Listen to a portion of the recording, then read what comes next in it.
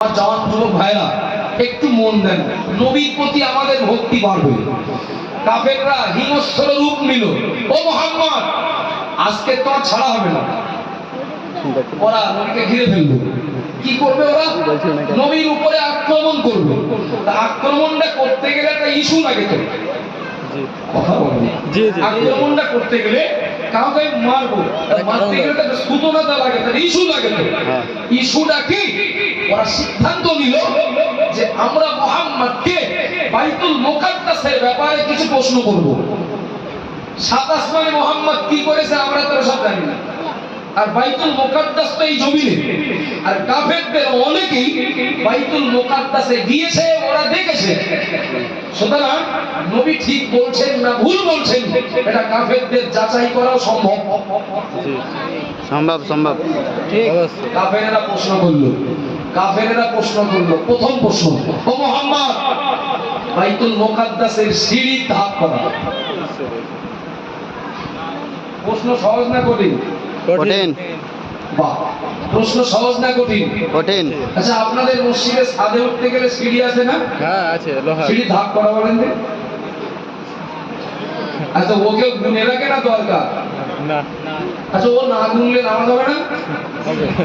আরে ওদের কাজই তো ওই বেকায়দা প্রশ্ন করবে, নবীকে ঠকাবে, তাই নবীর অপমান করবে। তাই নবী যখনই উত্তর দিতে পারবেন না, এই ইস্যু করেই ওরা নবীর উপরে আক্রমণ চালাবে, এই সিদ্ধান্ত ওরা করলো। কিন্তু আল্লাহ দেখছেন কিনা? জি দেখছেন। আল্লাহ দেখছেন কিনা?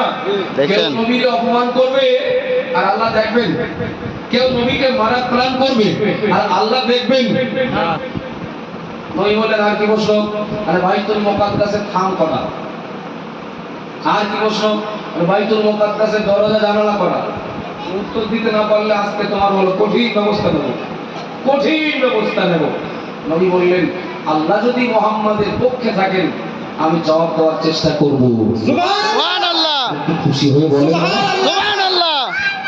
কাফেররা জিজ্ঞাসা করল, মুহাম্মদ বাইতুল মুকাদ্দাসের সিঁড়ি ধাপ কটা? আর ওরা যে প্রশ্ন করল, জবাবগুলো ওদের জানা ছিল, উত্তরগুলো ওদের জানা ছিল, তাই প্রশ্নগুলো করল। ওরা বলল, মুহাম্মদ সিঁড়ি ধাপ কটা? আল্লাহর নবী জবাব দিয়ে দিলেন, ওদের উত্তরের সঙ্গে নবীর জবাব মিলে গেল। যে কটা সেই কথাই নবী বলেছেন। ওরা আবার জিজ্ঞাসা করল, ও মুহাম্মদ বাইতুল মুকাদ্দাসে থাম কটা? আল্লাহর নবী জবাব দিলেন, এই কটা থাম। যা বললেন ওদের উত্তরের সঙ্গে মিলে গেল। সুবহানাল্লাহ। ও মুহাম্মদ বাইতুল মুকাদ্দাসের দরজা জানালা কটা? আল্লাহর নবী জবাব দিয়ে দিলেন, যা সংখ্যা বললেন ওদের সেই নোটের সঙ্গে মিলে গেল। ও চোখের মুখে লবণ পড়ার মতো হলো। ওরা একে অপরের দিকে তাকাতে লাগলো, কি ব্যাপার? মার তো উল্টে আমাদের খেতে হয়। মুহাম্মদকে যা প্রশ্ন করি সব তো সঠিক জবাব দেয়। ব্যাপারটা কি? কিভাবে দিচ্ছে, কিভাবে সম্ভব? মুহাম্মদ সশরীরে কোনোদিন বাইতুল মুকাদ্দাসে যায়নি। ওরা আর বাইতুল মুকাদ্দাস নিয়ে প্রশ্ন না করে আল্লাহর নবীকে জিজ্ঞাসা করলো, ও মুহাম্মদ যে কটা প্রশ্ন করেছি সব কটার জবাব দিলে, মুহাম্মদ দিচ্ছ কি করে? একটাও তো ভুল হলো না। আল্লাহর নবী উদ্দেশ্যে বলেছিলেন, কুফারে কুরাইশেরা, আমি মুহাম্মদুর রাসূলুল্লাহ, আমাকে এখনো যদি প্রশ্ন করা হয় আমি সঠিক জবাব দেব।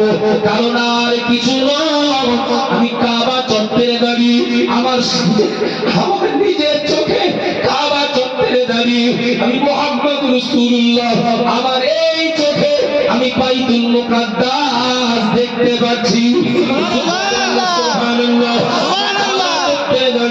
মক্কা থেকে বাইতুল মুকাদ্দাস শুধু যেতে সময় লাগে 1 মাস। আর আমি মুহাম্মদুর রাসূলুল্লাহ, আমি এই জায়গায় দাঁড়িয়ে আমি বাইতুল মুকাদ্দাস দেখতে পাচ্ছি। আমাকে যা যা প্রশ্ন করা হচ্ছে আমি তো দেখে দেখে উত্তর দিচ্ছি, তা ভুল না হবে কেন? সুবহানাল্লাহ। আমি সে জোর খুঁজতে বলেছিলাম, খুঁজেছেন? আপনার পিছনে দাঁড়িয়ে ভাই সমানটাকে আবার এত দূর দেখে আছে পৃথিবীতে কেউ? না। কেন? নবীও মানুষ, সবাই তো মানুষ, নেই কেন? জি, নবীর সাথে আল্লাহ আছে। প্রিয় নবী মুহাম্মদ রাসূলুল্লাহ সাল্লাল্লাহু আলাইহি ওয়াসাল্লাম কমপ্লিট নবী তো দূরের কথা, অল্প অল্প নবীর করবে। চোখেরও জোর নেই। অল্প